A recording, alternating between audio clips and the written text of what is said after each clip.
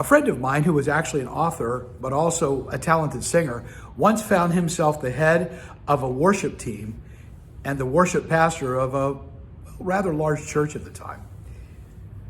He sat down with me one day and he goes, Bob, I don't know what to do.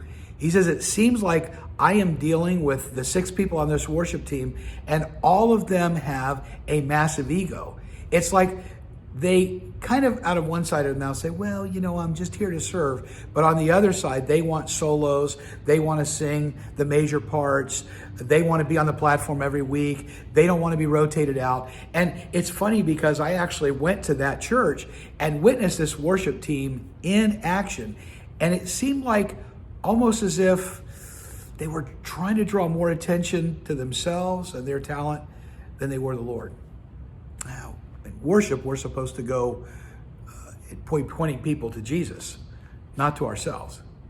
I joked with them. I said, it's funny, so-and-so. I said, the only egos that rivaled or were probably more than that on the platform of the worship team. He says, you think there was bigger egos on the platform than the worship team? I said, yes. And he goes, who? I said, the pastors and the associate pastors. And he kind of laughed and I laughed and then we went, no, that's not good. See, when you have a platform ministry, it's really easy to let it feed your ego if you're not careful. And you forget that you're actually here to serve. It's just a gift that you've been given to serve the church, to serve others. It's nothing more than that. It's not about being on the platform. It's about serving publicly. Service.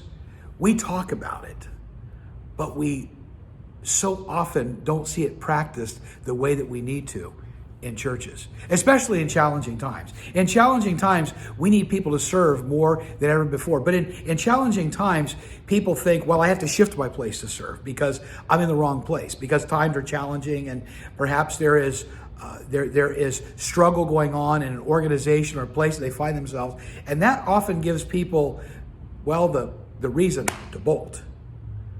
When really, what God has called us to do is to no matter what's going on around us, to serve anyway. And that's what I'm going to be talking about this coming Sunday, July 2nd, in my series that I started a number of weeks ago called Being the Church in Challenging Times.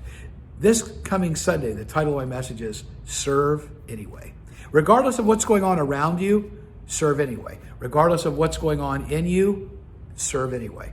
We're going to talk about one man who served anyway. No matter what was going on, no matter where God put him, he served. And it had an incredible impact on the culture, on the people with whom he came into contact with. In fact, you may be surprised how it ultimately ended up. We're going to talk about it this coming Sunday, July the 2nd, right here at Community Bible Church in Dania Beach. We're located 1 mile west of I-95, 1 mile east of 441 at the corner of Griffin Road and Southwest 30th Avenue. Now, we have 2 morning worship services, one at 9:45 a.m. and one at 11 o'clock a.m.